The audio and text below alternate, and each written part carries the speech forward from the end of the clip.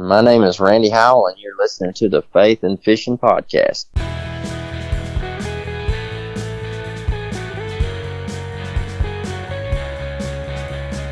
Welcome to the Faith and Fishing Podcast, where every episode I'll bring you an interview with a member of the fishing community, and they'll be sharing their faith stories and fishing memories with you. I'm your host, Cam Steele. Hey y'all, welcome back to the Faith and Fishing Podcast. We've got another jam-packed episode today, but first, as always, just a few housekeeping things. Hopefully you have been listening to the Faith and Fishing live episodes. I know they are still rough around the edges, but I'm working on getting them fine-tuned and getting more comfortable in a live setting. Part of the fine-tuning is going to be a switch from Instagram to Facebook and YouTube. So starting next month, which I believe will be on April 5th, we'll be hosting Facebook and YouTube instead of Instagram. I'm just not able to produce the kind of video that I want on Instagram. Also, I have to say thank you to my sponsors, Save Your Outdoors, Jade's Jigs, Get Outdoors Pedal and Paddle, Atollas, Mr. B Lure Company, and Quail Ridge Books. But I also have to stop and say thank you to you, the listeners, because we have passed 4,000 downloads. That just blows me away, and I really appreciate you listening. I'm not going to do a giveaway this time. Instead, what I'm going to do to celebrate is give you a discount code for the merch store, good through the month of March, for 20% off of your order.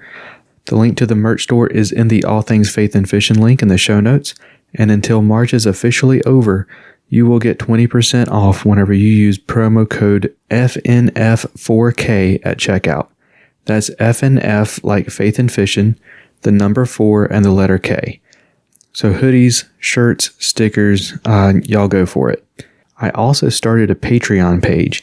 Now, I'm still learning how to use it and still working on it, but what I am going to do is I am going to start posting videos of the recordings with my guests up on the Patreon.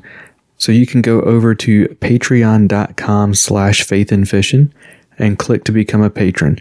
I'm not sure, like I said, I'm still learning this. I'm not sure if they make you choose how much to donate or if it's a set amount. But if you become a patron, you'll be able to see unedited conversations in video form with my guests before the episodes come out. So hopefully this works out, and we will see how it goes. I am still looking for that first fish of the year, but I am hoping that changes next weekend because I will be competing in my first in-person tournament, and we'll be on Harris, so I am excited to see how that goes. All right, we're going to talk about kayak carts and learn from my mistake, a new storage accessory I got for Christmas in the product spotlight, Jesus Feminist in What You're Reading, presented by Quail Ridge Books, and we've got Charlie Wells in the interview this episode. So let's take a quick break and then jump right into it. Whether you're a Ned Rig vet or a finesse fishing noob like me, Jade's Jigs is your source for high-quality finesse jigs that raise the bar by being lead-free.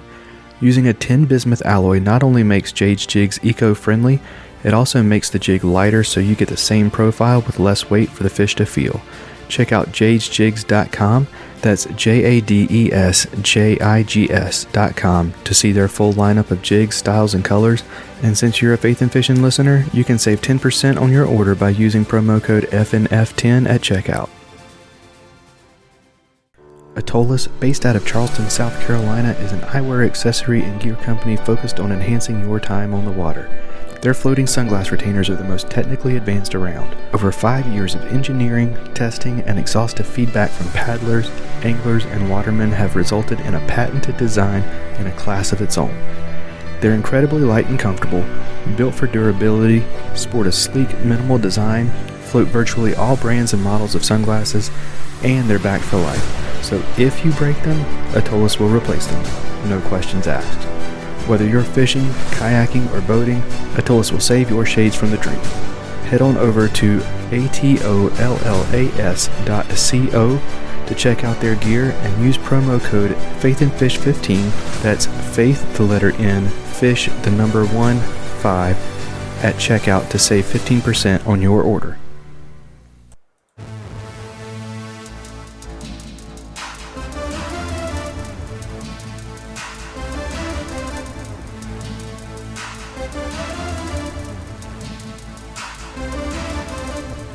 mistake. All right, so let's talk about kayak carts. So I've had a few kayak carts over the years. Some have been purchased and some have been homemade. So far, I think all of them have to be in the category of mistakes. The first cart I purchased was really difficult to load. The ones that have gone into scupper holes risk damaging the plastic of the kayak, and they're extremely difficult to load whenever you've got your kayak loaded down. The PVC homemade cart was hard to store whenever I was out on the water, and it didn't work very well over bumpy terrain. And the one I have now is all but impossible to load by myself whenever it is time to go back to the car after the day of fishing. So now part of this is my fault. My kayak wouldn't be near as difficult to load if it weren't so heavy. All of them got or get my kayak from my car to the launch just fine, but none of them worked very well at getting my kayak back to my car. Now, I don't have a cart to suggest that you go to instead if you hate your kayak cart. I am still trying to figure out what to do there. I hope I end up finding one that works for me. Unfortunately, all I can do this time on Learn From My Mistake is say that I feel your pain. All right, it is time for another quick break, and then we'll jump into the product spotlight. If you're looking for a photographer in and around the Raleigh, North Carolina area, the one I recommend you go with is Summer DeSalvo. Whether you're looking for family portraits, senior pictures, or business headshots, Summer's got your back. She's done family portraits for us and even a kayak photo shoot for me, and I have to say she's really fun to work with, goes above and beyond to get her shot, has a really fast turnaround time, and most importantly, takes amazing pictures. Check out her portfolio and pricing in the All Things Faith and Fishing link in the show notes, or go straight there at summerdesalvophotography.mypixiesite.com. That's summerdesalvo photography.mypixiesete.com. With 30 years of experience of handcrafting lures under his belt, Mr. B of Mr. B Lure Company is making high-quality spinnerbaits, buzzbaits, jigs, underspins, swim blades, and more right here in the U.S. All of his skirts are hand-tied, and all of his baits feature a baked-on powder paint, all metal components, and only Owner and Gamakatsu hooks. All of his baits come in a variety of colors, and if you purchase a bait in the Battle Shad color, 30% of the proceeds go to the Wounded Warrior Project. To see the quality for yourself, go to MrBLureCompany.com, that's MRBLureCompany.com, to place your order and use promo code FAITH, the letter N, FISH, the letter N, POD 1X10 at checkout to save 10% on your first order.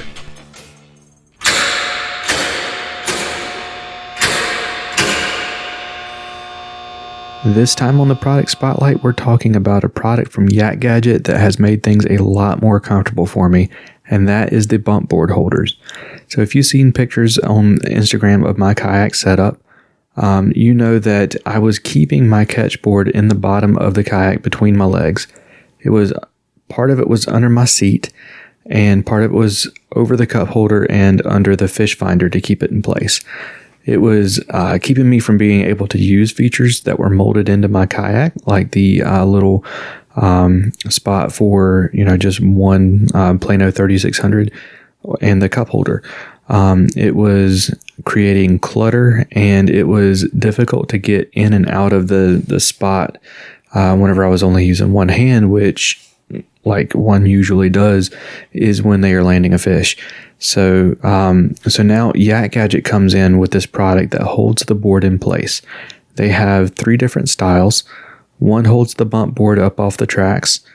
One is made for side mounting onto their low pro crates, and they come off to the side and then up. And then they have one for the H rails on a Hobie. I have the first kind that holds the bump off the track, that holds the board off the tracks.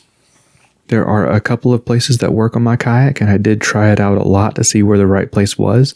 For now, I think my favorite has actually been sticking off the side of my black pack. which is cool. And I'll have to show you a picture on Instagram soon. And for now, what I'll do is I'll leave the links in the show notes for you so that you can find them for yourself. All right, it is time to ask what you're reading. What You Reading, presented by Quail Ridge Books, Raleigh, North Carolina's trusted community bookstore. All right, it is time for another What You Reading, presented by Quail Ridge Books. If you don't already know, Quail Ridge Books is Raleigh, North Carolina's trusted community bookstore, but they can be yours too when you shop at quailridgebooks.com/faithandfishing. You'll see this episode's What You Reading book, previous episodes featured books, and books and Bibles that I recommend. And right now we're an indie bookstore offering free shipping. So click on the All Things Faith and Fishing link in the show notes and scroll down to Quail Ridge Books, or go straight there at quailridgebooks.com/faithandfishing. So the book that we're talking about today is Jesus Feminist, written by Sarah Bessey and published by Howard Books. Now, right off the bat, let's talk about the elephant in the room. This book has a provocative title. Personally, I'm not a big fan of provocative titles, but man, if they don't work. That's the whole reason I picked this book up off the shelf. I feel this book is long overdue in the church. Bessey does a phenomenal job of exploring the scriptures that have been used to shackle women in the church in the cultural context that they were written. And using that cultural context, she shows how Jesus, Paul, and others in the Bible were actually using these scriptures to raise women up instead of holding them down. This book does point out the flaws and dangers of the patriarchal culture in the church, but never does this book feel unloving. Yes, some of the pages are hard, but that's because they are convicting. Jesus Feminist is freeing. It is a really easy, fast read that packs an awesome punch. Be sure to pick up your copy at quailridgebooks.com/faithandfishing. Now we are going to take a quick break, and then we will get Charlie introduced. Savior Outdoors gives me confidence that no matter what happens, what I take on the water is coming back home with me. With retrieval devices for fishing rods, bow fishing bows, action cams, and even one that can be attached to your other gear, they've got your whole arsenal covered. When one of these devices goes in the drink, it releases a float attached to your gear by 60 feet of line so you can get it back, and the pressure-sensitive filter means that you don't have to worry about rain or dips in the water while landing a fish. At SaviorOutdoors.com, that's SAVUR Outdoors.com, you can use promo code FNFP15 to save 15% and try them for yourself. Today we are joined by Charlie Wells. Charlie is normally behind the scenes helping others with marketing themselves and their brand, and every time I hear him talk about marketing, I always end up realizing that there is so much more that goes into it than I ever realized. I hope you enjoy this interview as much as I do. All right, so Charlie, man, welcome to the show. Hey, man, thanks for having me. Absolutely. So to get us started, go ahead and introduce yourself to our listeners. Tell us who Charlie Wells is. Yeah. First and foremost, I'm probably born and raised Texan, and grew up in Texas my whole life, and obviously still live there. I'm a father of 2 kids, been married for 10 years. I'm a business owner, and I love Jesus. So, I mean, those things kind of sum me up. More than that, though, probably is how I'm known online is that I love fishing. And although I'm not known like an influencer would be, I have become a little bit known for creating content for influencers in the Dallas-Fort Worth area and kind of having some knowledge around how that works, what that is, and all those good things. Awesome. So, give us an idea of what you do with those influencers. Kind of give us an idea of what it is that you do, and how all of that kind of works together into the fishing community. Yeah, I think probably the best way to understand what it is I do is to understand kind of like what my job is, what my business is really around. And so for almost 4 years now, I have run a marketing agency with a business partner of mine. And we don't serve the outdoor industry necessarily, although we are starting to venture in that direction some. But we really serve kind of like mid-level businesses, think $1 million, $10 million, $20 million a year businesses that are they typically don't have marketing, they don't have brand, they don't have these things kind of in their business, and they need help. So we start with a website because that's the online presence of the business. And then we build from there, consulting services or additional services to help them to market and sell their product, their service, whatever it might be. And so, building that up, came from being a front end developer to being in a marketing department to running a marketing department, for a company, kind of led me to be able to start a business and really use all those skills from years in the industry to then help others. And so kind of to put a cap on what it is I do. One day I looked over at my business partner. We actually worked together at the time. He was my boss. He was a CMO of the company. And I said, why don't we go build our own empire instead of building somebody else's? And he was like, I'm in. And so I had a pretty cool idea on how we might be able to differentiate in the market. And it worked out. And it's, we're a growing agency and we have a lot of clients, and it's a lot of fun. It's a roller coaster ride as an entrepreneur, but it's right where the Lord put me, basically. So, all of those things, right, kind of give me skills, if you will, that are just missing or were for a while missing in the fishing market. So I guess it kind of helps to also talk a little bit about how I get here, but I didn't really fish that much throughout most of my early adulthood into close to today. I was fishing early in life out in East Texas. I'm from East Texas and, have trophies from being a kid and fishing on, the lakes out there, those kind of things. But as soon as I moved at the age of 8 in closer to Dallas, basically, I stopped all that and never really got back to the outdoors. I always loved it. I loved the hike, loved the camp, but I never really went back to the outdoors. And so I got into fishing about 4 years ago, maybe 3.5 years ago. And it was because we were on a family retreat and we got the fishing poles for the kids. And one night after all the kids went in, I went back out to the dock and started fishing. I was like, oh, and then I got a bite. Didn't catch a fish, got a bite. And I was like, oh, that was cool. And then from there, living in DFW, started fishing ponds with those, basically Zebco cheap Walmart rods and, caught a fish. It took forever. It took probably weeks to do that. Who knows, maybe longer. And, from there, just like got more and more hooked. Right. And so as that's happening, I'm in the earliest days of building a business. And so I start thinking like, oh, wow, like maybe there's something I can learn about this. Like I've learned about other, verticals out there, like the car space in YouTube is a great example. It was this nothing thing. And then all of a sudden it blew up on YouTube. Cars in the automotive world became this place where people were making tons of money. And they were just basically posting themselves, going out, driving their cars and doing basic stuff. And I was like, that's very strange, but awesome that they're making tons of money doing this. And I was just curious about it. So as I'm learning fishing and as I'm growing my own marketing company, I then start seeing and learning from fishing influencers. I started learning the basics, right? How to tie knots and how to fish lures and those kind of things. I wasn't watching pro fishing because I didn't really understand that yet. But rather, I was going to, like most people who started fishing when I did those 3 to 4 years ago, were watching like John B and those kind of people, right? And so that's where I started. And because I started there and I lived in the DFW area, I realized that a lot of those people lived around me.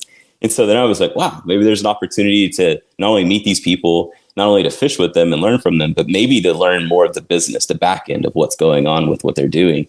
Because I knew how lucrative, when you're a market disruptor can be for an individual or for a business. It was an opportunity that I saw. So I jumped in and, started fishing, trying to fish with people and, not too much success, but basically got to where I actually met a guy named Weston Smith and, love him or hate him, you might know about him, but he's local to me. And so him and I started fishing together a few times. And it was just kind of this natural thing that I would pick up his camera at times and shoot something whenever it happened. And it was because I had a background way back of doing photography, so like I don't know. It was very strange. I was thinking about this the other day. There was a time where he caught a fish and his camera was on the ground and I just picked it up and I knew exactly what to do. And I just shot a clip. And the reason I thought about it was there was a person who did something that was really hilarious. He in the video that I saw online recently, the guy said, touch the fish on the, to get it to focus.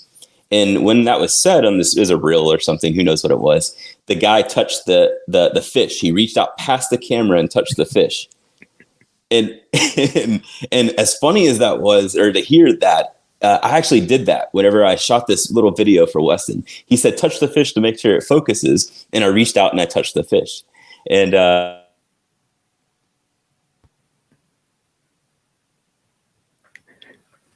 going to have to for a second. Can you say that again? Your audio dropped out for a second. No, I just got a random call. I moved back to an iPhone, and and the spam calls are endless with this thing. Anyways, I'm gonna go way back then. So as funny as it could be for someone to reach out and touch the fish, when I was fishing with Weston, that actually happened to me. Instead of touching the fish on the camera, I reached past and I touched the fish to get it to focus. And it's a hilarious moment, but it was also this kind of moment where I was thinking like, wow, there's like some rusty skills here too with the camera. Why not, try to do more of this? So all that to be said, go from fishing with Weston. One day I'm on the water and I meet another guy who's kind of getting big at the time. This was late 2018, I guess. So, and his name was Brandon, that bass fishing dude. And him and I kind of, between several kind of providential things that happened, ended up linking up together. And I went and met him a few times. We were fishing ponds, around where he worked. And then we just hit it off. And more than that, he was he was asking me about building websites because he had heard that I do that. And so I built him a website in a night, like in a few hours. I built him this little online store. He's like, how'd you do that so fast? And I was like, well, that's what I do. That's kind of a part of what kind of work I do. And he's like, that's incredible. Well, let's talk more about this. So we start talking about business. We start talking about different things. And that just led to him and I fishing a lot. So we were always fishing. And we started kayak fishing together. We started going from kayaks to like full-blown adventures together. And the whole time, though, is during this uprising in social media of fishing influencers where you could grow by like thousands every week in terms of Instagram followers or even YouTube followers, things like that. And so I was on the ground floor with him to be able to start feeding him, kind of consulting and brand building and business building. And so, I'll pick back up on that in a bit probably, but that's kind of how I got to shooting content for people and helping people to understand how to build online businesses is that, I have one. And then I love fishing. And then I met all these fishing influencers, which then led me to one individual who was like green enough, basically, that I could kind of pour all kinds of things into. And if you have followed or have seen that bass fishing dude online, I mean, he's basically partner with the biggest brands in kayak fishing. And a lot of that work is kind of him and I working together over these past few years to actually build him up an actual business rather than just a online following. And what an awesome personality to get linked up with. Yeah. If any of our listeners are not familiar with Brandon is 7 feet tall. Yeah. And every time he posts a picture of a fish and has like the weight at the bottom, my first instinct is like, man, that is not a 4 pound. Oh, that's Brandon. Yep, that's a 4 pounder. No, it's great. Sometimes you got to use the GoPro and use like the fisheye just to make it look extra big. You know what I mean? Yeah. Here's something funny about Brandon. I'm really big on providence. You know what I mean? Like I don't really believe in luck or chance, right? I believe the Lord providentially brings all things together. And so, he is a God who controls all. And so Brandon is 7 foot tall, but my brother-in-laws, both of them are 7 foot tall as well. So my wife is Russian and her older brother, Alexei, is 7'1", I think. And then her twin brother, Anton, is 7 foot. Thankfully, my wife is only my height, but our children at 2 and 5 are going to be giants for sure. That's awesome. And I wanted to ask, you used a term earlier that I wanted to ask you about. You said you used the term market disruptor. Now, What does that mean? Yeah, it's a good question. So, I mean, market disruptor, I guess in the context of like what fishing was doing is that it's hard to choose a word for this, but I'm just going to use kind of the industry was kind of in a more of a legacy place, right? So doing what's always been done, innovating here and there, but not necessarily grabbing a hold of the most modern techniques. So the best way to kind of put this is that most of the time when I work with a business today, even in 2022, they have a website, they have social media profiles, right? They have all the components they need to run digital marketing, but they have no idea how to do it, right? They have no idea how to put these pieces in play for their business to turn, their normal marketing and sales routine, which is like, going out to conferences or going and, knocking doors or whatever it might be, right? Instead of doing that, they could also be knocking doors online, basically, right? And so phishing was kind of in that place where they weren't quite leveraging the online space in a way in which could turn into profitability for the company. So the influencer piece of this was that instead of, Abu Garcia going and paying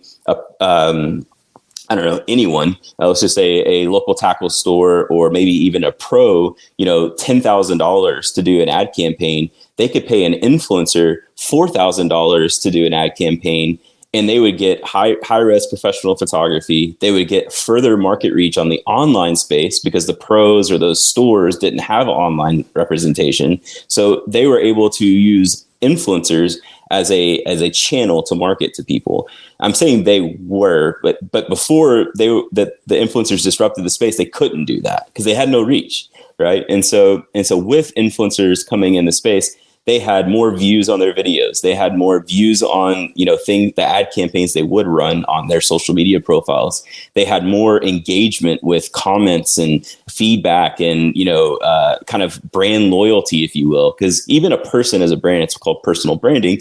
But, there was so much of that happening that the legacy phishing market was looking forward and saying like, hey, we need to do that, but we don't know how. We don't have the right people, the people to do those skills in our team. How do we do what they're doing? And so, for a long time, there was this kind of idea that, social media influencers were not fishermen. They were just influencers. Well, really, they were just fishermen. And a lot of them were like me 3-4 years ago getting into fishing. They were just youthful in their fishing, right? Like they're zealous for fishing. They were youthful in their fishing. So they weren't the best fishermen, right? But dang, they really knew how to use the digital space to reach the fishing audience. And more than that, they expanded the audience. And so I can keep rambling on this, but I'll just try to keep it short.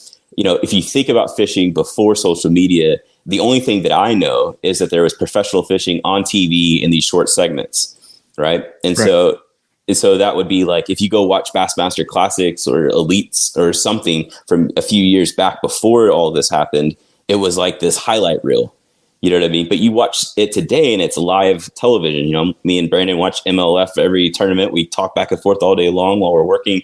Like that's a different experience. And that's the fishing market catching up to the disruption that's happened with the digital space. Okay. Yeah, that's awesome. I could geek out on this kind of stuff all night long. But yeah, so you pick up a Zebco and you're kind of working your way. You end up getting to fish with all of these influencers. What does that do to your like where you are in your fishing? Like, were you able to while you're doing all of this, learn from them, kind of pull from different people and kind of turn into like this, like now you've got all of this high end equipment and you're out catching 10 pounders all the time, or are you still kind of like, was it more of a gradual curve, or was it like all of a sudden just go straight vertical? Yeah, that's a great question. I've never actually been asked this question, so that's a really good one. Here's my thought on that. I think that, how do I answer that? That's a good one. All right. I think that here's why. I want to be truthful. So the influencers that I fish with, including Brandon, have probably taught me things at times because of the experience, right? So all experiences teach us something. But in all honesty, most of my fishing skill set has come from just time on water. And so, Chad Hoover talks about tow, and Gene Jensen, I think, uses the same thing, right? So they talk about time on water. And honestly, that's really how all anglers probably should be progressing, because you can watch something 1,000 times, you could see somebody do it 100 times, but until you do it a few times, it doesn't really matter.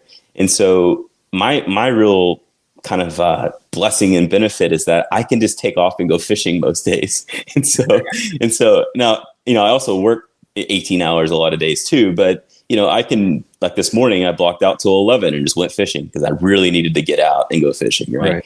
And that's a benefit that I can have doing what I do, but at the same time, that's the other way that I grew and learned. And so maybe just quickly, because this is not really a kayaking podcast specifically.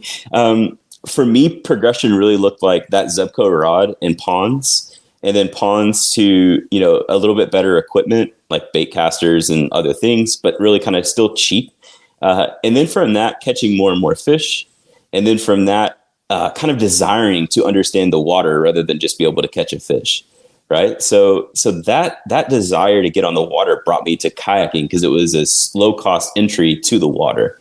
So, something that I'm really, really passionate about is people understanding that, like, if you can't buy a boat or you don't want to take on that payment, like, definitely go get you a paddle kayak because you could probably afford that, most likely. You know what I mean? And Facebook Marketplace is loaded with them. So, step out onto that water, because once you do that, and you get out there and you see what's beyond what your line could cast to before, or you get on a, decent sized lake, or you get on a big lake, like your whole world changes for you. Right. Yes. And so that time on water has been critical to me growing as an angler. And then in terms of like the skill set that I'm at, it's kind of like the marketer that I am. Like I know a lot, you know what I mean? But I also I wasn't always a marketer. I'm 36, you know what I mean? I wasn't always a marketer. So, I'm still learning there. I don't know everything. Some of the stuff I've already said might not be the best thing said, right? There might be a better way. And I feel like as an angler, I am able to, at this point, get on a lake, catch big fish. You know what I mean? But 10 pounders, like, let's be honest. I mean, most pros aren't catching 10 pounders all the time. Like that is actually a social media phenomenon that we think that is normative, because it's not. And so if you were to put 100 guys in the room, and you included guys like a Milliken and others, then if you asked how many of you have caught a 10 pounder, there might be a large number of people who raise their hand. But if you asked how many people have caught a 10 pounder in the past year, that number goes way down. Right. And then if you were to ask how many people have caught a 10 pounder at least twice in their life, that number goes way down again. Right.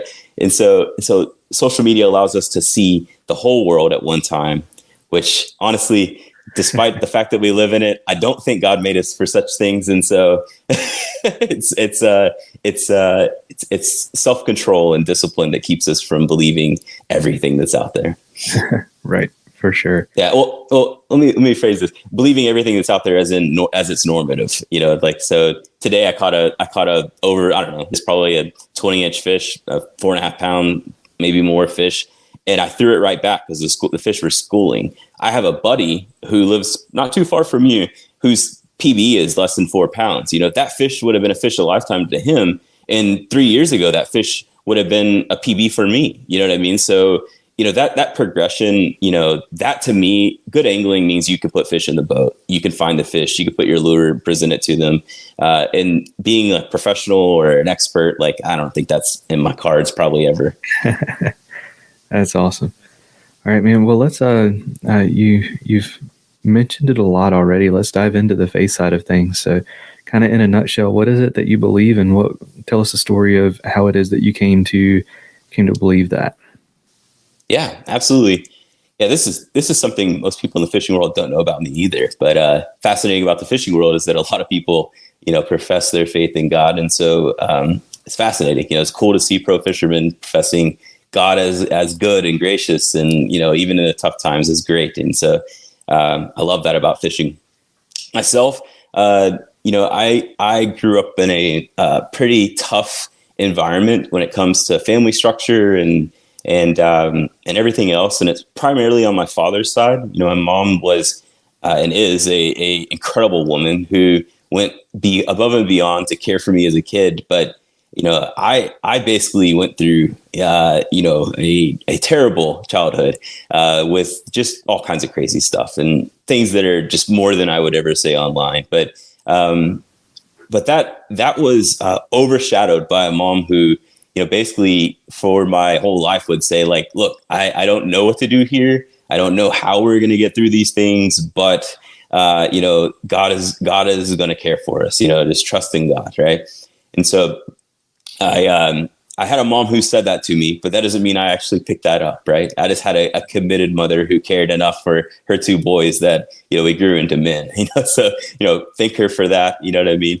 And, my teenage years and my early 20s were an absolute mess. And I was a mess, and it was quite a roller coaster ride.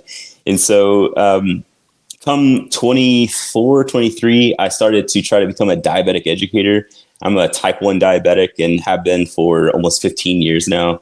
And actually, more than 15 years now. And my brother is as well. He became a type 1 diabetic a year before me. We're about 4 years apart. And I thought, okay, I want to become a diabetic educator because I was really passionate. I still am about diabetes because it's a very confusing disease, because type 1 isn't the same as type 2 and many other things. There's a lot to be learned there. And the control people have over their disease is pretty terrible in America, which is causing, just catastrophe every day. So I go to community college, and I graduated on a reduced transcript is what my school called it. So I didn't have to take like advanced like math classes and things like that. Like I was going to be a video game designer when I left school. And that didn't work out either, but that's a story for another day. But so I go to community college, and I'm in a philosophy class, and I didn't take any classes like that in school. I took like tech classes. I repaired the school district's computer systems. I got like my certifications when I was in high school for computer stuff. And this was, early 2000s. So, that was a big deal back then.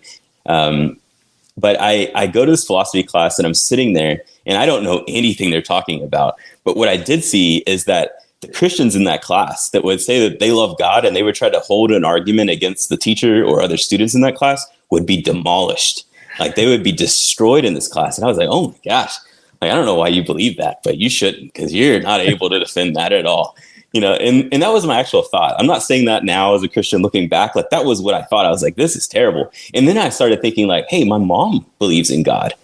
And I legit went to my mom. This is while I was still going through these philosophy classes, went to my mom, and I talked to her about it. I said, Mom, how do you know what you believe is legitimate? You know what I mean? And I would always say my mom would say she has a simple faith. That's how she would describe herself. I think my grandmother would express that as well. My great grandmother from my mother's side she would do things for missionaries. I mean, so there's like this lineage going there, but very simple faith, right? Like not anything where they're, out standing on a soapbox type stuff. Right. And my mom gave me a very simple answer to that question. And at the time it was very unsatisfactory. It was like, yeah, you get demolished in the class too, But I was also a young 20-something who was making a lot of money working for, it was a Walmart distribution center. And that doesn't sound like it would pay a lot of money, but at the time in that season of life, like it was a lot of money. And, I drove an Audi. I lived in Frisco, Texas, which is what the time was like one of the most expensive suburbs of North Dallas. And I was dating this girl and had been for a few years. And literally in this time I went to school, all of that went away.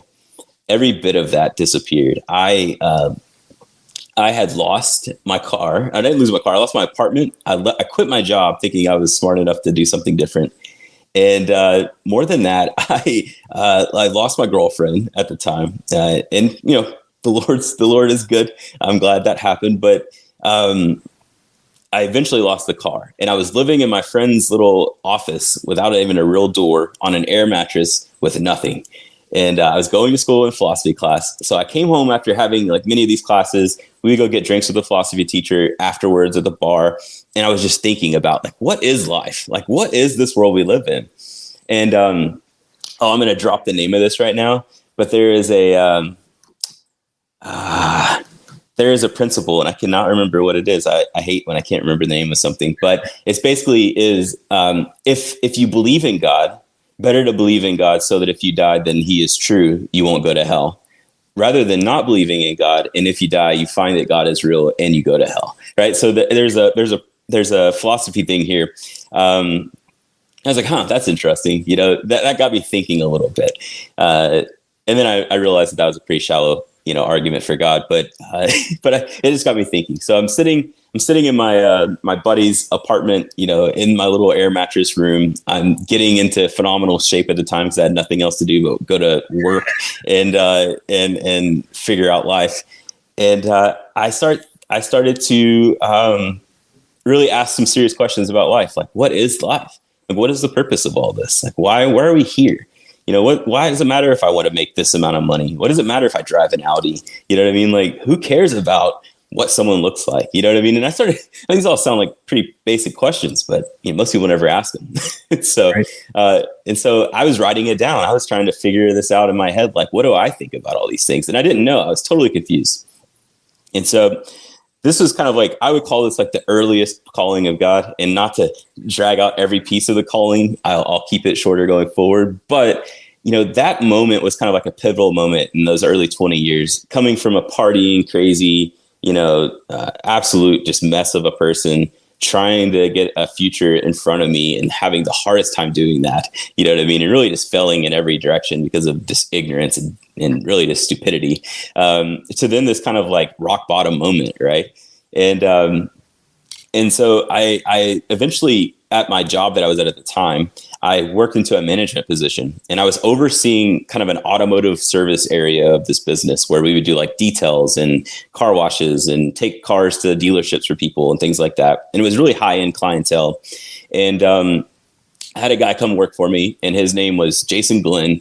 And Jason, one day, him and I became kind of friends when he first got there. He's way younger than me, but he's just a different kind of guy. Not somebody who would be my friend normally, but he was fun to talk to. And there's something different about him. And one day he goes, I tell him about what all happened to me, lost the Audi and everything. And he's like, Charlie, you should really come to church with me. I'm like, church? I mean, what are we going to do there? But he asked me to come to church with him. And I think I probably turned him down. I don't really remember this too well, but what I do know is he said, let me have you listen to this sermon. I go to this church, and my pastor is this guy named Matt Chandler. And I think that you'll really enjoy like what he has to say. I was like, all right, yeah, whatever. Send it to me, And I bet I wasn't that cocky about it, right? But I bet that was my inside cockiness. Like, whatever, dude. Like, sure, send it over. Anything will help, So he sends me the sermon. I did not listen to it. Like a month goes by, and he and this is like my first. If I'm ever discipling somebody, this is my first lesson to them. He came back and asked me, "So did you ever listen to the sermon?" And I had to tell him. It was like an actual bit of conviction. Like, oh dang, I didn't. Like I said I was going to, but I didn't do that. So I was like, no, I didn't. I said, but I'm going to. I will listen to it tonight. And so, no lie, I got in my bed that night. It was like 11:30. I remember this vividly in my head. I got in my bed. I put my earbuds in. I turned on the sermon, and I listened to a man preach the Bible, read the word, exhort the saints, right? And I don't know all these things at the time. But what I recognized at the time is that I listened to a man who said something I'd never heard of before in my life. I'd never heard anybody. I'd been in church with my mom at times, but I'd never heard anybody talk so passionately about God and who he is and how good he is and how true his word is.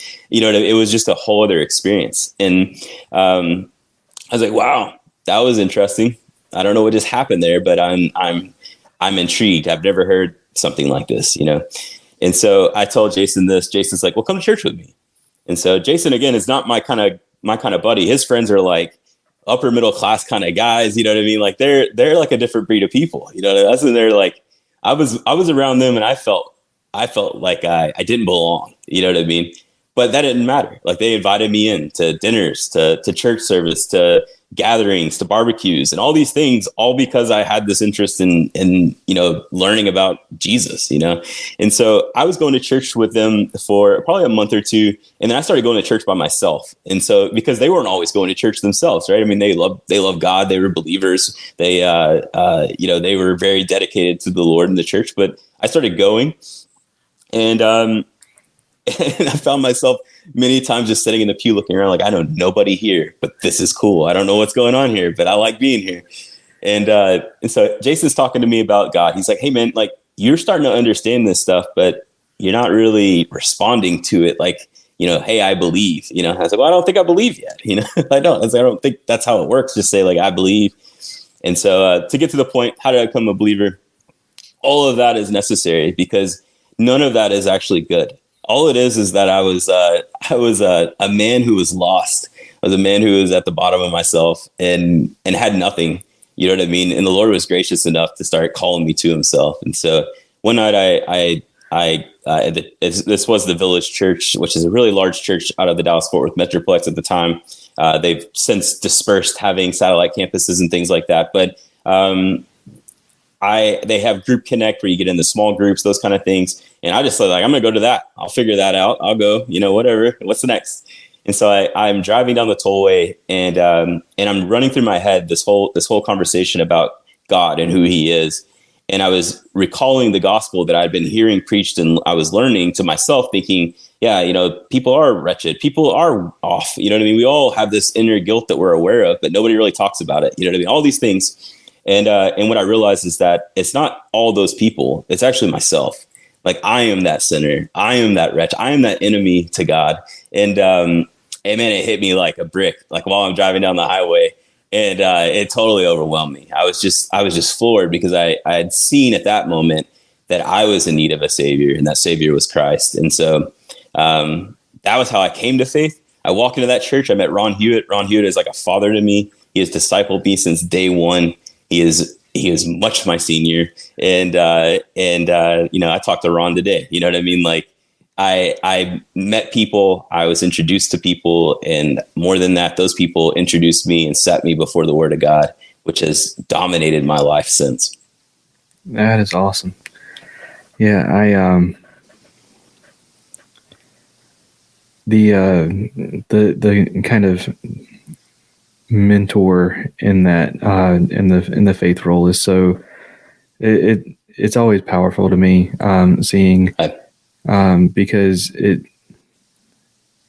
sometimes it's who you would definitely expect to end up in that role. And then sometimes it's people that it's like, look at them, it's like, how in the world did you two get like connected in any kind of way, much less this way? Like, right. Yeah, that's awesome. That's a really powerful story. I love that. But yeah, so I wanted to kind of ask, in your view, because I tend to find that people who are photographers and spend a lot of time looking through a camera look at the world in a different way than a lot of other people do. So in like through your lens, like how does faith and fishing, like, where do they collide? Where do they mesh together? Like, what does that look like to you? Yeah. So, I mean, yeah, what's fascinating about photography is this ability to capture a moment. And as cheesy as that sounds, right? I'll give you an example of how powerful photography is. My wife and I,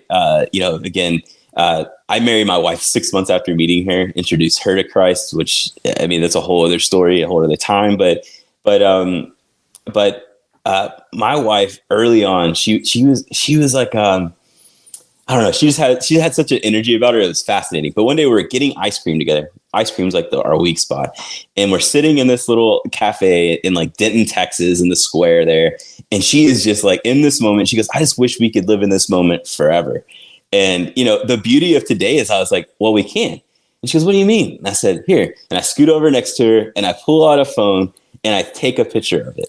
You know what I mean? And I was like, now we'll never forget this moment. You know what I mean? And like that is like my honest thought about photography in a very cheesy way, is that it captures moments. It encourages people to relive something, or it encourages people to do something. You know what I mean? So like photography for me isn't necessarily that in fishing, for example, but that kind of power is still there. Right. So, I'm a huge advocate that not enough men around me in the suburbs of Dallas, Texas, get outside enough, much less get outside enough with their family, or their kids. You know what I mean? There's so much. I mean, I'm sitting before a 43-inch computer monitor with a MacBook in front of me and an iPhone. You know what I mean? Like that's what most people are experiencing. And to me, like, the power of photography and fishing is to encourage first men and women, but adults is a better way to think of it, to get out and to explore the world, right?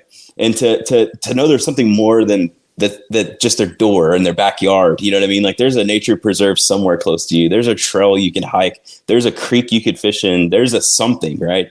And so really, like, my thought behind the camera is like, how can I help encourage people to see, like, there's more to the outdoors than probably what they perceive. Now, like, the guys that are around me that have been in the outdoors since a kid, like they were kids, like that doesn't really resonate with them, right? Instead they're like, no, man, that's just my life.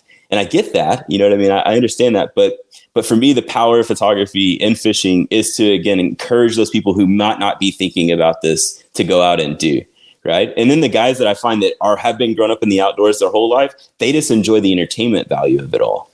And so, you know, kind of positioning content around, the outdoorsman is really giving them the kind of things they want to see. It's like the shiny thing they want to see, right? Maybe it's a nice bait. Maybe it's a nice fish. Maybe it's just a very adventurous place to fish, whatever it might be, right? So you can kind of cater, you know, to a lot of audiences with photography and video. And ultimately, you know, that expression is passion. There's so many times that I'm outside and I'm either doing photography or I'm fishing where I'm just paused and stopped. And even while fishing, just to think about, like, man, how incredible is it that all of this works how it works? You know what I mean? How amazing is it that a bass does what a bass does? You know what I mean? If nothing created everything, and from nothing came a bass, and that bass can do all the things the bass can do, nothing is freaking genius. You know what I mean? Like, evolution has to be the most brilliant nothing that's ever existed. And so, you know, like, it's ridiculous. But anyways, that's another thing too. But a bass, you know, doing what it does, feeding how it feeds, being as simple as it is just like one little thing. You know what I mean? That's like one thing that's going on in this entire ecosystem around you while fishing. And so you can't help yourself but stop and think of God. The other thing that I think is fascinating about fishing, man, you're gonna get me on a real rant here. If you think about fishing in the Bible, Jesus walks by fishermen and says, "Drop your nets and follow me." And so he you know, there's many ways to go about this scripturally, but basically he didn't go for the elites, you know, of the city and try to bring them in. He didn't go to the highest of the Pharisees to try to call them to be his disciples. He went to men who were fishermen. He went to the common man, basically, right? And he called those men to leave their nets and follow him. And and I would read that, you know, before I was into fishing. I've been a believer about 10 years, by the way. I never said that. I came to faith at 25. I'm turning 36. So, you know, I have about 11 years of loving the Lord and giving my life to him. But, you know, in my earliest days, I wasn't a fisherman. So, you know, I'd read those passages. I was like, oh, yeah, okay, great, you know. But now having this, like, real zeal for fishing, you know what I mean? Like, I will be out there, like, I get why Peter went back to fishing. Like, I totally get it, because I could skip church to go fish. You know what I mean? Like, I could leave, like, the Bible study, you know, hey guys, I'm not meeting on Tuesday morning. I'm going fishing. I did that actually this morning. 2 of my guys dropped out. I called Ron and said, hey, we got a few guys dropped. I'm going to go fishing. You all right with that? He goes, yeah. I go, fishing sounds good. You know, but I could totally resonate even deeper with those disciples who were fishermen. And you can resonate even more with, you know, cast your net over here rather than their struggle all day long to catch fish. And so, like, the more I fish, the more I resonate with, you know, the realities of being a follower of Christ, because that's what those men were. They loved the fishing just like we do, and they couldn't help themselves, but they still, you know, laid down those things. They laid down their lives to follow God instead of have their worldly pleasures. That's awesome. Yeah. For sure. I definitely resonate with a lot in terms of the fishing disciples. I don't necessarily resonate a lot with you know, Matthew, the tax collector, but the fact that he's there means somebody does. Right. So I love that about the disciples. I mean, there's such a variety. I mean, from like the zealot who is like out there protesting against the Roman takeover, and like fighting in the militia against the Romans, and then like to fishermen, to tax collectors, to all kinds of people. It's awesome. So yeah, man, we always there are a few questions we always ask all of our guests, and I want to make sure that I get you to answer this one. What fishing story or memory means the most to you? Man, that's a good question. So I think honestly, I don't have like a single one, but I'll tell you something that means the most to me. And I don't do this enough, but I do this quite a bit. And so I have spent many a days stomping through shallow creeks with my kids. And my daughter being 5 is like a princess and an outdoors, lover. And so, I mean, we'll literally be in creeks with tutus on, pink rain boots, but, a Zebco rod in her hand, and she's, pulling bluegills off the line when boys are running away. I mean, like that's my daughter. My son too is the same way, you know what I mean? But my experiences by taking my kids out and putting them into these places that I just didn't have anybody really do for me, right? Like I explored I live in 100 acres in East Texas, and I explored that on my own or with my brother. You know what I mean? I didn't have like my dad necessarily take me and show me these things. And it's something I regret that I didn't have that influence on me, right? But those experiences, trying to not force it upon my children, but put them in positions to have experiences and adventures that their little minds could never even imagine. You know what I mean? Like, those have been the most impactful things for me, because like for us, going fishing is one thing, but to then teach somebody to fish is like a whole other deal. Right. And so, sure. A little kid with a bluegill on his line is a hilarious thing to see, one. And then two, when the fish gets in, I mean, it's like, you would have thought you caught a giant, you know what I mean? It's like anything is fascinating to a kid. Absolutely. My little boy turned 1 yesterday, so I am very much excited to get that process started. If nothing else, just getting him like stomping through creeks and stuff, and yeah, and that kind of thing. That I'm so excited. I mean, I definitely don't want to wish away the time right now, but there are so many things I'm looking forward to. So for sure. And whenever you're out fishing with somebody, man, what are you talking about? What's your typical conversation like? Yeah, a lot of times I fish alone, so it doesn't look like it. You would think I'm always fishing with somebody because of just, again, social media perception. And so a lot of times I'm fishing alone, and I don't actually listen nor talk to anybody. I spend all day long in business meetings. I spend, a ton of time around little children and my wife, and all those things are awesome, and I love them. But man, when I go fishing, like my mind is totally dialed into what I'm doing on the water, which is a blessing too, because I don't have to think about anything else. But when I got my friends around me, honestly, typically it's when I'm cutting up the most. You know what I mean? Like sure. jokes and fun is most of what it is when I got my buddies around me. We got a big guys trip coming up here to Broken Bow, April 1st through 4th, and man, I'm just looking forward to that. 10 guys barreling up to a place up in Broken Bow and 4 days of fishing. I mean, like it's gonna be a lot of laughs. You know what I mean? I'm looking forward to that. Absolutely, that's awesome. All right, man. Well, we always do a segment with all of our guests called "What's Your Favorite?" It's self-explanatory. I'm going to ask your favorite in a few categories, and this is the very first time I'm doing it without the list in front of me. So we're going to see if I have what it takes to get it right. So we get it started off with, what's your favorite scripture? Yeah, favorite scripture is John 17:17. My memory is not what it used to be, but for your word is it. Your word is the truth. Oh man, I'm gonna have to look it up. Let me look it up real quick because I don't want to misquote it. All right. Yeah, at 36, I can't remember anything anymore. There we go. Yeah, so all right. Favorite scripture is John 17:17. Sanctify them in your truth. Your word is truth. And so that is, I lean on that a lot. Awesome. What about a particular story from the Bible? Is there one of those that's your favorite? That's a good question. My favorite story from the Bible, I always start with the story anytime I'm talking to anybody. And it sounds simple, but it's not. So I usually start with just the creation narrative in Genesis 1. And I read the first verse. In the beginning, God created. And I read that verse to them because I like to really lean on this, that if you can actually absorb what's said there and believe that it's truth, then everything else that you would read going forward from here and you would hear revealed by God in his word would make a lot of sense to you. But if you hear that and you cannot accept it, the rest of what you would read and understand cannot make sense to you. Wow. I always thought of it as, let's just start from the beginning. But yeah, that makes a lot of sense. Yeah. That's awesome. All right. So what is your favorite fish to catch? Definitely a largemouth bass. I mean, that's pretty much my thing. All right. And what about your favorite fish to fish for? You'll find this funny.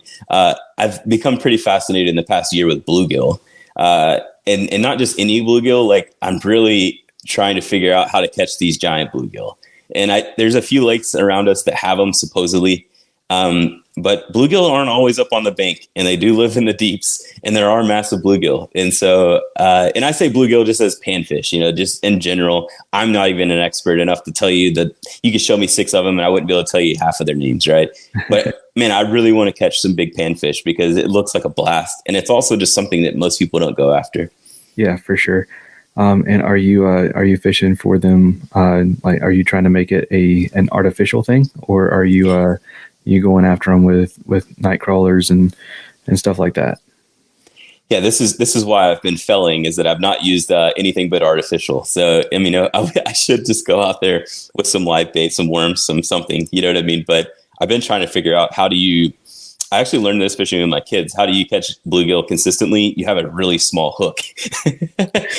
So now big bluegill can take a bigger hook, but I mean, you have to have a pretty small hook to get a panfish on. Absolutely. Yeah. My dad was, he worked for the Forest Service and had a bunch of people who would allow him to take us to a farm pond and fish. And I've found that whenever you're asking for permission to fish somewhere, if you say, "Can I bring my kids to fish here?" it ends up getting a lot more yeses.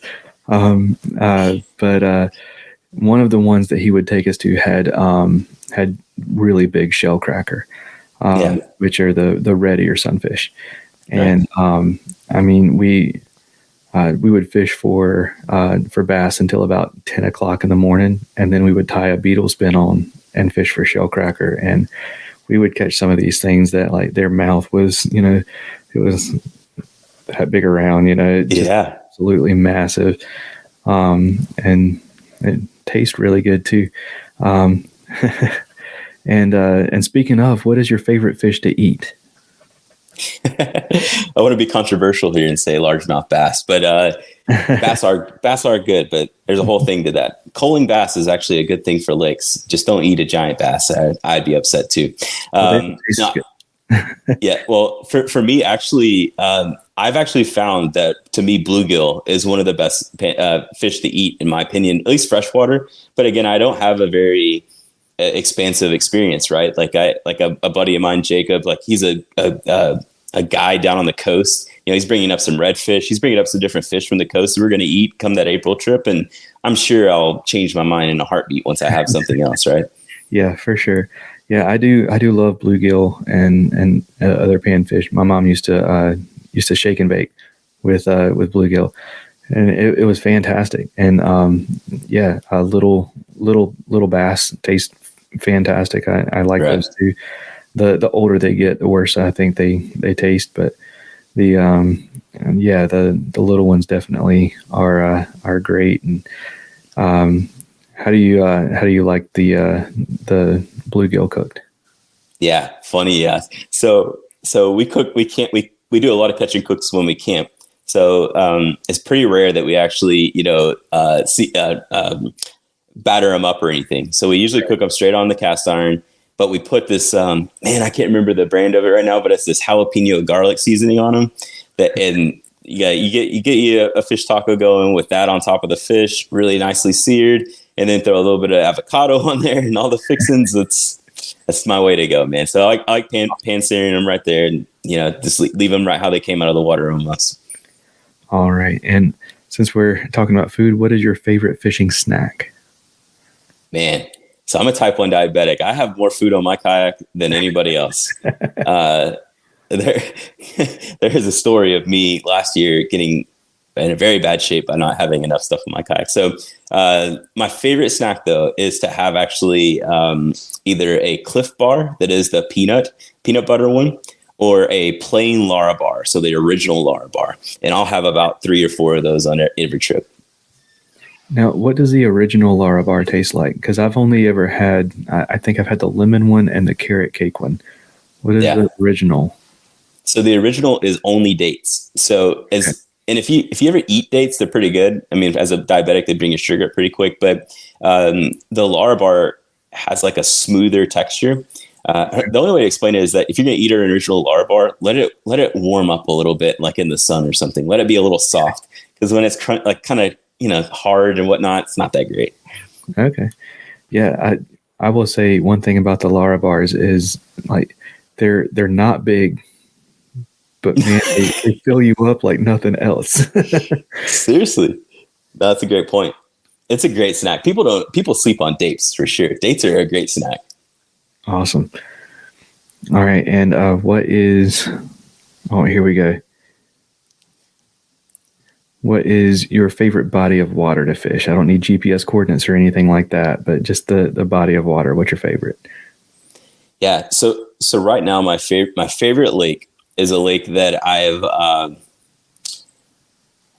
don't know how to explain this. I've fished this lake a lot. It's north of where I live. And it's a Texas Park and Wildlife lake that they've both stocked, with Florida Stream, and they've put fish attractors in.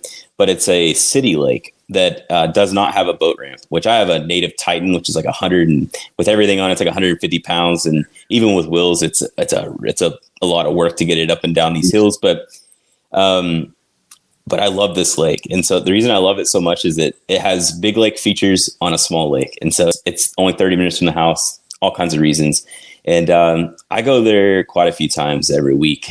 If I got a normal fishing schedule going, I'm up there quite a bit. And so I love it, man. And I caught my first 6-pound fish there. I've learned a lot about fishing there in the past year and a half. And I go to a lot of lakes all the time, but that one is kind of my honey hole secret spot. Awesome. And what is your favorite lure to throw? Yeah, so it's basically a swim jig. And you could have that non-vibrating or vibrating. And so, but it's always tied on, and it's typically doing the most damage for me. Awesome. And last but not least, what's your favorite time of year to fish? So pre-spawn has been growing on me the past few years. And so, but honestly, probably, give me another month and I'll be in my favorite time, where I can be in shorts and flip-flops instead of, muck boots and my bibs on. Awesome. Well, we are going to start wrapping things up. What do you have coming down the pipe for you? What's coming up next? Yeah. So, I mean, for me, I've explored doing so much with fishing, and what I've kind of landed on is that I'm kind of just looking to help people who need help. And so I've kind of set up a side hustle business outside of my main agency. And really, I'm just hoping that people who are needing help with their website, their outdoors, or they're needing some consulting about how to set up a business, or they're talking about creating content, but don't really want to waste their time. I'm just hoping I can start helping some of those people. And I'll tell you why. I realized in my experience of experimenting in this space that a lot of people have these grand dreams and they don't realize that it's a huge commitment of time. And I worry about guys, families. I worry about, their quality of life with others, because I have an amazing wife who's let me, kind of venture in this space, but it was with her in agreement with me, rather than me just being like, gotta go, hon. I'll see you in a few days. And so, that all has come through me personally. If somebody, shameless little plug here, somebody wanted to kind of talk to me about that or had interest in figuring out more of what I'm saying here, I'm Digital Wells on Instagram, or, charlie@charliewells.net. Either of those ways, you email me there or get a hold of me on Instagram, and I'd be glad to talk to anybody. I did multiple consulting calls, in the past 6 months for free, just to kind of get a feel for, is this a space that I want to do business in, or is this a space I want to try to help people in, and kind of have a mix of that going at this point. Okay, absolutely. And do you have a website or anything like that you want to plug? You could go to charliewells.net. It's very simple. It's not really there to market. It's just there to capture if somebody wanted to get a hold of me.